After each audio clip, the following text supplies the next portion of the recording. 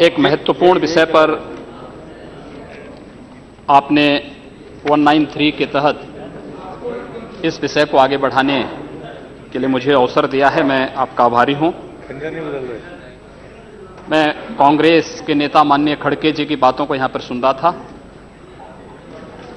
और मुझे आश्चर्य हुआ कि वो अपना लिखित स्टेटमेंट यहां पर पढ़ रहे थे तो कह रहे थे 113 घटनाएं घटित हुई, लेकिन जब वो मौखिक बोल रहे थे तो कह रहे थे 600 से अधिक घटनाएं घटित हुई। क्या सत्य है यह मुझे लगता पूरा देश जानता है। 26 मई को श्री नरेंद्र मोदी जी के नेतृत्व में भारतीय जनता पार्टी नेतृत्व की सरकार ने शपथ ग्रहण किया था और इस देश के अंदर इस सरकार के आने के बाद आम जनता में विश्वास बहाली हुई और देखा जा सकता है शासन में, प्रशासन में। ये आंकड़े जो माननीय खड़गे जी यहां पर कह रहे थे मैं उसके पीछे लेके चलता हूं और मुझे लगता है कि अगर ये आंकड़े वास्तव में स्वीकार करेंगे और सचमुच इस देश की सांप्रदायिक हिंसा से लोग चिंतित हैं तो सांप्रदायिक आधार पर इन्होंने जो घोषणाएं की हैं पूरे देश से इनको माफी मांगनी पड़ेगी। महोदय, 2011 में न जिन प्रदेशों की घटनाओं की मैं जिक्र कर रहा हूं न वहां पर और न केंद्र में ही भारतीय जनता पार्टी की सरकार थी, लेकिन इस देश में 580 घटनाएं घटित हुई, 91 लोग मारे गए और 1899 घायल हुए। इनमें सबसे अधिक उत्तर प्रदेश के अंदर 84 घटनाएं घटित हुई, 12 लोग मारे गए और 347 2011 में घायल हुए थे। दूसरे पर राजस्थान, दूसरे पर प्लीज खड़गे जी आप सुन तो लें, आपने जो कहा है। Don't provoke, let him telephonically. आप सुन लीजिए ना। तो फंस गए डिबेट में आके फंस गए। महोदय, दूसरे नंबर पर महाराष्ट्र है जिसमें 88 घटनाएं घटित हुई। इसमें कांग्रेस नेतृत्व की सरकार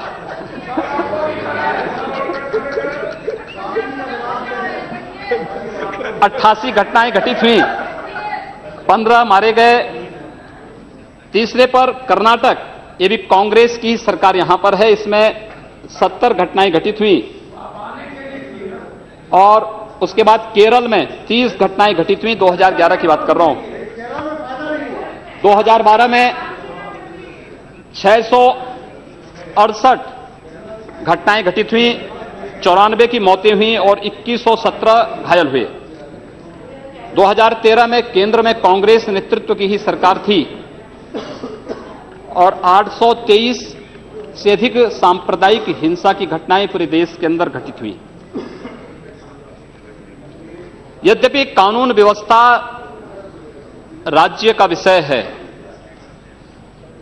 और राज्य सरकार की जैसी मंशा होती है, वहां का राजनीतिक नेतृत्व जैसे होता है, वहां का प्रशासन उसी प्रकार की कार्रवाई करता है।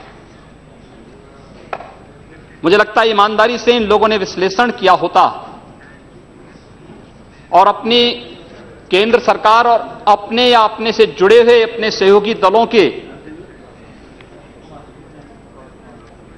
द्वारा जो संचालित सरकारें हैं उन सरकारों के सांप्रदायिक एजेंडे पर ध्यान दिया होता।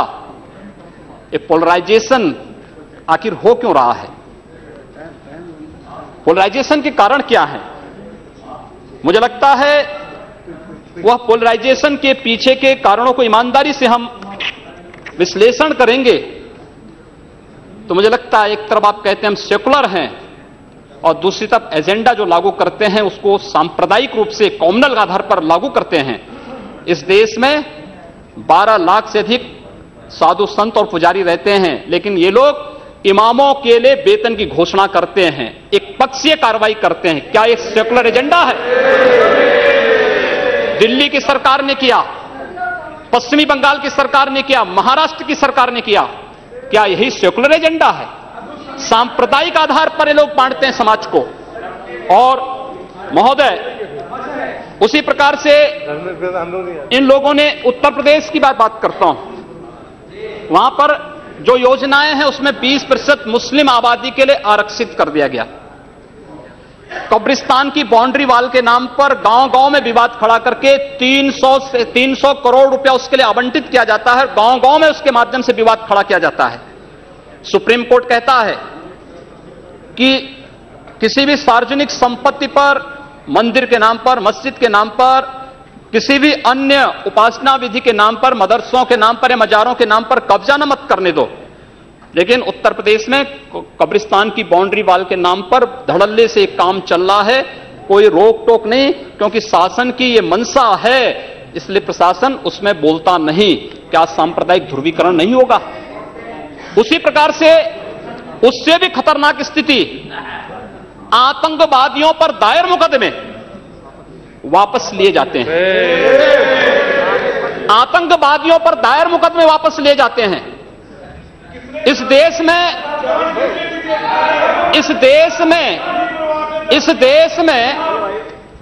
जो लोग राष्ट्रीय सुरक्षा के लिए खतरा बने हुए हैं, जिन लोगों ने राष्ट्र की संप्रभुता को चुनौती दी है, जो लोग लगातार भारत की संप्रभुता को चुनौती दे रहे हैं और देश में हिंसा को बढ़ावा दे रहे हैं, उन लोगों पर दायर मुकदमे, चाहे वह राम जन्मभूमि पर आतंकी हमले का मामला हो या संकट मोचन मंदिर काशी में सीआरपीएफ कैंप रामपुर का मामला हो या गोरखपुर के सीरियल ब्लास्ट का मामला, रघुनाथ मंदिर, ये जितने भी मामले हैं, इन सभी मामलों में जिन आतंकवादियों के खिलाफ मुकदमे दर्ज हुए थे, उत्तर प्रदेश की सरकार ने वोट बैंक के लिए उन मुकदमों को वापस लेने का कुत्सित प्रयास किया। न्यायालय अगर बीच में नहीं होता तो संभवतः अब तक वे आतंकवादी बाहर छूट करके पुनः नरसंहार कर रहे होते, जिस प्रकार से उत्तर प्रदेश के अंदर और प्रदेश के अंदर हुआ है। और उसके बाद भी ये कहते हैं कि सांप्रदायिक हिंसा बनी रहे। महोदय, चर्चा का विषय होना चाहिए कि आखिर सांप्रदायिक कौन है? कौन है सांप्रदायिक? कौन सांप्रदायिक है? और मुझे लगता है इस पर चर्चा होना बहुत आवश्यक है। महोदय, जो हम लोगों ने जाना है, जो हम लोगों ने समझा है, इस सांप्रदायिक वह होता है जो कहता है कि मेरा इष्ट या मेरा देव या मेरा पैगंबर ही सर्वश्रेष्ठ है। उसके मानने वालों को तो जीवित रहने का अधिकार है, शेष को नहीं। मुझे लगता है वह सांप्रदायिक है। हिंदू जीवन दर्शन कभी इस बात की इजाजत नहीं देता। हमने किण्वंतो विश्वारंभ का संदेश दिया था, हमने सर्वे भवन्तु सुखिनः का संदेश दिया था, हमने तो इस देश के अंदर एकम सद विप्रा बहुधा वदन्ति की बात कही है। जियो और जीने दो पर विश्वास हमारा दर्शन करता है। और दुनिया की कौन सा मजहब और कौन सा ऐसी कौम है जिसको विपरीत परिस्थितियों में हिंदू दर्शन ने अपने यहां शरण न दी हो, उसको फलने फूलने का अवसर न दिया हो? कौन सा ऐसा है दुनिया के अंदर? लेकिन आज जिस हिंदू दर्शन ने सबको शरण दी, सबको फलने फूलने का भरपूर अवसर दिया, आज जब उसी के खिलाफ षड्यंत्र होना प्रारंभ होता है तो उसे एकजुट होना तो पड़ेगा ही। और मुझे लगता है इन लोगों के कर्मों का फल है कि पूरे देश का हिंदू जनमानस आज इस बात के लिए तैयार हो रहा है कि उसके खिलाफ आज शासन तंत्र से जो षड्यंत्र हो रहे हैं उसका जवाब अपने स्तर पर देना ही पड़ेगा। और आज वही स्थिति सामने आई है। महोदय, मैं पूछना चाहता हूं इन लोगों से, जब भारत का मुसलमान हज यात्रा करने के लिए जाता है, महोदय, जब हज यात्रा करने के लिए जाता है, उसकी पहचान तब भारतीय के नाम पर नहीं, पाकिस्तानी के नाम पर नहीं, बांग्लादेशी नाम पर नहीं, भारतीय उपमहाद्वीप का जो भी मुसलमान हज यात्रा करने के लिए जाता है उसकी पहचान हिंदू नाम पर होती है, उसकी पहचान भारतीय, पाकिस्तानी या बांग्लादेश के नाम पर नहीं। लेकिन अगर उसी हिंदू पहचान को हम इनके ऊपर यहां पर लागू करने का प्रयास करते हैं, इनको बुरा लगता है। हिंदू हिंदू सांप्रदायिकता नहीं, हिंदू राष्ट्रीयता का प्रतीक है और भारत की राष्ट्रीयता का प्रतीक हिंदुत्व को बदनाम करोगे तो उसकी कीमत चुकानी पड़ेगी इन लोगों को। और इसलिए महोदय, मैं आप सबके आपके माध्यम से एक बार कहना चाहता हूं, महोदय, एक बार गुरुदेव रविंद्रनाथ टैगोर ने कहा था, गुरुदेव रविंद्रनाथ टैगोर ने एक बात कही थी। उन्होंने कहा था अगर भारत को समझना है, अगर भारत को समझना है, बैठ गए आप, कल तो बात करते हैं महोदय। उन्होंने कहा, गुरुदेव रविंद्रनाथ टैगोर ने एक बात कही थी और उन्होंने कहा था कि अगर भारत को समझना है तो मैं भारतीय अस्मिता को पहचानना पड़ेगा, और भारतीय अस्मिता को पहचानना है तो स्वामी विवेकानंद के बारे में आप जान लीजिए। स्वामी विवेकानंद ने एक बात कही थी कि गर्व से कहो हम हिंदू हैं। स्वामी विवेकानंद ने एक बात कही थी कि गर्व से कहो हम हिंदू हैं। स्वामी विवेकानंद तो सांप्रदायिक नहीं थे, स्वामी विवेकानंद तो किसी पार्टी के नहीं थे। स्वामी विवेकानंद ने तो भारत का प्रतिनिधित्व किया था पूरी दुनिया के अंदर, और दुनिया के अंदर जो हिंदू आज पूरे देश के अंदर, पूरी दुनिया के अंदर अपनी सहिष्णुता के लिए पहचाना जाता था, आज उस हिंदू के साथ किस प्रकार का व्यवहार किया जा रहा है, वह कश्मीर से विस्थापित होता है, उसे कश्मीर से निकाला जाता है। एक भी बार इस सदन में चर्चा नहीं होती है, इन लोगों का मुंह नहीं खुलता जब कश्मीर से 3.5 लाख की संख्या में कश्मीरी पंडित निकाले जाते हैं, तब ये लोग नहीं बोलते। पिछले 2012 में असम के अंदर 3 महीनों तक बोडो जनजाति के लोगों को मारा जाता रहा, कोई नहीं बोला। महोदय, कोई नहीं बोला। जम्मू कश्मीर के बाद जम्मू कश्मीर के हिंदुओं के मारने पर कश्मीरी पंडितों को उनके घरों से बेदखल कर दिया गया, एक भी बार ये लोग बोले नहीं, इनको पीड़ा नहीं हुई। दुनिया के अंदर ये अपने आप में बिरला उदाहरण था जहां पर अपने ही देश में अपने ही जानने वाले लोग विस्थापित होकर के खाना बदोश की जिंदगी जी रहे हैं। उस शर्मनाक घटना की निंदा एक भी बार इन लोगों ने नहीं की। मुंबई के दंगों पर ये लोग मौन रहे। जमशेदपुर और भागलपुर के दंगे कांग्रेस के समय हुए थे, एक भी बार इन लोगों ने उस पर चिंता व्यक्त नहीं की।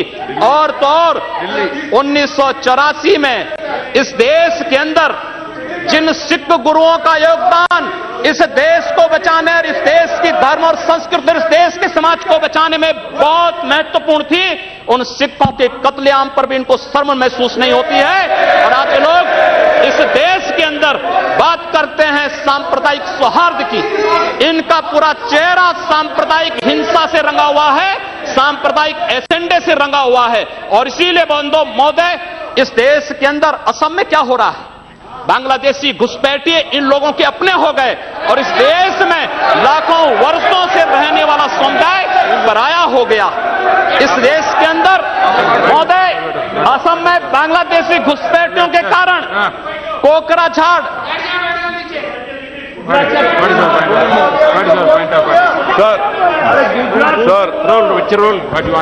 under Rule 376, sir, the honorable member, while giving statement in his speech, he mentioned about communal rights. I request you that 2011 he has given a figures. Those are wrong figures. No, he has completely forgotten 10 to 2013. No. My question was there, sir. You cannot give wrong figures. Gujarat was the highest number followed by Madhya Pradesh. I have my question over here answer. I request you to check the record. Please. Sir, Please take it. Please. Say. No. Please. See, unmute my leg. Say, on my leg, please. See, the member is speaking and giving some figures. You are disputing that figures. No. In your speech you can say there is no ruling. There is not out of. During your speech you can speak. You reply that. During your speech you can counter it. Not when your term comes, you at that time can dispute it. You continue. You can nothing will counter. उपाध्यक्ष महोदय, सच्चाई कड़वी होती है और कड़वी सच्चाई ये लोग स्वीकार करने को तैयार नहीं, क्योंकि ये लोग उस बीमारी से स्वयं त्रस्त हो चुके हैं जो बीमारी इन्होंने पूरे देश को दी है, और इसीलिए ये लोग उस सच्चाई को स्वीकार नहीं कर सकते। कश्मीरी पंडितों के निष्कासन पर और कश्मीर पे हुए अत्याचार पर ये लोग मौन थे। मैं 2011-12 में असम के अंदर देख रहा था, 3 महीनों तक लगातार दंगे होते रहे, इन लोगों ने एक भी बार सदन में चर्चा नहीं कराई। असम जलता रहा, और तो और कांग्रेस के लोग एक बार तो असम के ही मुख्यमंत्री को कटघरे में खड़ा कर दिया कि इन्होंने बोडो लोगों के बारे में कैसे बोल दिया। अरे बोडो वहां का नागरिक है, उसके बारे में नहीं बोलेंगे, किसके बारे में बोलेंगे? लेकिन ये लोग बांग्लादेशियों घुसपैठियों की वकालत करते हैं, और बांग्लादेशी घुसपैठियों की वकालत करते हुए इन लोगों ने पूरे बांग्लादेश, पूरे पूर्वोत्तर के भारत का जो समीकरण बदला है। महोदय, असम के अंदर आज कोकराझार, धुबरी, चिरांग और बरबेटा जिले जो हिंसा की सर्वाधिक चपेट में हैं, वे सर्वाधिक चपेट में जो जिले हैं वे इसलिए हैं क्योंकि बांग्लादेशी घुसपैठी वहां पर आकर के जमीनों पर कब्जा किए हैं। इन लोगों ने वर्क परमिट के साथ साथ उनके राशन कार्ड बनाए हैं, और बेश्रमी के साथ, देश के साथ खिलवाड़ उन्होंने वहां पर उनके माध्यम से करवाया है। महोदय, और तो और हम किसी और बात में नहीं जाना चाहते हैं, मैं पूछना चाहता हूं कांग्रेस से और कम्युनिस्टों से भी, कोयंबटूर और बेंगलुरु धमाकों का जो अभियुक्त है, उस दुर्दांत आतंकवादी के लिए विधानसभा का सत्र, स्पेशल सत्र बुलाया जाता है। दोनों दल एक साथ मिलकर के अपील करते हैं कि उसको छुड़वाओ। ये क्या सेकुलर, क्या यही सेकुलर है? क्या इनका यही सेकुलर एजेंडा है? क्या यही इस देश में यही सेकुलरिज्म है? और इस देश के अंदर महोदय, इस देश के अंदर क्या हुआ था? Let him speak. हम भूले नहीं महोदय, 11 अगस्त 2012 को मुंबई के आजाद मैदान में जो कुछ हुआ, महोदय, आजाद मैदान की घटना क्या थी? आजाद मैदान में रोयांग मुस्लिम जो बर्मा में थे, उनके बीच में और वहां के बौद्धों के बीच में वहां पर हिंसा हुई, दंगे हुए। ये मामला म्यांमार का है, भारत का नहीं। लेकिन म्यांमार की घटना में दंगा कहां होता है? आजाद मैदान मुंबई में। ये लोग मौन रहते हैं, वहां शहीद स्मारक तोड़ा जाता है, पुलिस के जवानों को मारा जाता है, मीडिया कर्मियों को मारा जाता है। उनके साथ साथ पुणे में दंगे हुए, उनके साथ उत्तर प्रदेश के अंदर बरेली में, लखनऊ में, कानपुर में, इलाहाबाद में दंगे हुए। ये लोग मौन रहे, इन लोगों ने कभी उस पर आवाज नहीं लगाई, ये लोग मौन रहे उस घटना पर। ये वही लोग हैं जो आजाद मैदान की घटना पर मौन थे, और बाबा रामदेव पे, उन सत्याग्रहियों पर ये लोग रामला मैदान पे लाठी चार्ज करके बेशर्मी के साथ वंदे मातरम का गान करने वाले देशभक्तों पर लाठी चार्ज करते हैं। ये लोग देश के अंदर सांप्रदायिक हिंसा की बात करते हैं। सांप्रदायिक हिंसा किसने फैलाई है? कौन फैला रहा है इस देश के अंदर? कौन इस देश के अंदर सच्चर कमेटी के नाम पर समाज को बांटने का कार्य कर रहा है? इन लोगों ने सांप्रदायिक आधार पर 1947 में देश को बांटा है, और आज पुनः देश को बांटने की साजिश के तहत पाकिस्तान के एजेंडे पे ये लोग कार्य कर रहे हैं। और इसलिए महोदय, जब उत्तर प्रदेश के अंदर की जो घटनाएं आई हैं, उन घटनाओं पर अगर आप नजर डालेंगे महोदय, जो घटनाएं हुई हैं, उन घटनाओं के बारे में अगर मैं आपके सामने रखूं, तो घटनाएं अपने आप में चौंकाने वाली घटनाएं हैं, और वे चौंकाने वाली घटनाएं कितनी खतरनाक हैं। Sir, Rule 380. I'm quoting. What is the point of order? No, I will ask. Rule 3. Sir. I am raising a point of order. While speaking, the member already made a defamatory statement. Yes. If the speaker is of the opinion that words have been used in debate which are defamatory or indecent or unparliamentary or undignified, he used the word that we already raised the issues of communal violence. We are not against anybody. We want a secularism to be maintained in this country. Therefore, we made a discussion. But honorable member, while discussing, honorable member, while discussing, he used the name of Pakistan. He abused us for naming the Pakistan. This is unparliamentary, sir. This should be deleted. This should be deleted, sir. As per CIT, this should be deleted. मैं उत्तर प्रदेश के अंदर आता हूं। Please. It has to be decided. Please. The speaker has to give my ruling. He has been using the word Hindus and Muslims. Yeah. Saying. He's really against No, please. No, so you have raised certain objections. If any objections is in regard, that will go through and we'll explain it. Please continue. What do you have to say? उपाध्यक्ष महोदय, सांप्रदायिक agenda इन लोगों का है, हमारा नहीं। हम लोगों ने पूरे देश को एकजुट करने की बात किया था। हम लोगों ने तो नारा भी दिया था कि सबका साथ और सबका विकास। हमने कहा था सबका साथ सबका विकास, लेकिन असम के अंदर अली और कुली का नारा इन लोगों ने दिया था, हम लोगों ने नहीं दिया था। असम को ये लोग बांटने का प्रयास कर रहे हैं, देश से अलग करने की साजिश कर रहे हैं, और इसीलिए मैं आपके माध्यम से कहना चाहता हूं, क्या यही इनका सेकुलरिज्म है? महोदय, मैं उत्तर प्रदेश के बारे में चर्चा करना चाहता हूं। उत्तर प्रदेश के अंदर 2012 में 118 घटनाएं घटित हुई, 2013 में 247 और मार्च से मई तक 65 घटनाएं घटित हो चुकी हैं। सहारनपुर का दंगा इसलिए हो जाता है क्योंकि हाई कोर्ट के आदेश पर सहारनपुर में एक गुरुद्वारे का निर्माण हो रहा था। अब न्यायालय के आदेश को प्रशासन नहीं मानेगा, उत्तर प्रदेश सरकार नहीं मानेगी। काठ में इसलिए वहां पर विवाद होता है क्योंकि उस गांव में 4 धर्मस्थल हैं, 3 मस्जिद, 1 मंदिर। मंदिर हिंदू समुदाय के द्वारा है, 3 मस्जिदों पर माइक रहेगा, लेकिन मंदिर से माइक उतार दिया जाता है। क्या यही सेकुलर एजेंडा है इन लोगों का? यही सेकुलरिज्म है? क्या इसी को सेकुलरिज्म आप कहेंगे? और इसलिए महोदय, जो कुछ घटना घटित हुई मेरठ के अंदर, एक बालिका का अपहरण होता है और अपहरण होने के बाद उसके साथ जो घटना घटित होती है कितनी शर्मनाक थी। महिला हिंसा पर हम चर्चा कर रहे हैं और उस महिला हिंसा की बात हम कर रहे हैं, उस सब के बावजूद ये लोग मौन हो जाते हैं। इन लोगों के मुंह से इनकी जुबान नहीं खुलती उस मामले में। न्याय का तराजू तभी चलेगा जब इस देश के अंदर समान रूप से कानून सबके लिए समान रूप से लागू होगा।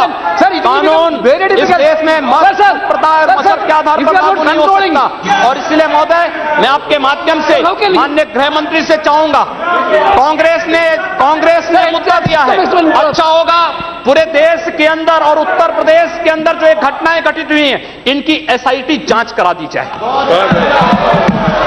किसी सिटिंग जज से, किसी सुप्रीम कोर्ट के सिटिंग जज से इन सांप्रदायिक दंगों की जांच करवाने के साथ साथ अराष्ट्रीय तत्वों से किनके संबंध हैं, इसकी भी जांच करा दी जाए। दूध का दूध, पानी का पानी सबके सामने आ जाएगा। यही मांग करते हुए मैं अनुरोध करना चाहूंगा कि लोग सांप्रदायिक एजेंडे के साथ देश के सामने आए हैं और लोग देश के खिलाफ, इनके खतरनाक मंसूबों के खिलाफ हम सबको लड़ना पड़ेगा। धन्यवाद।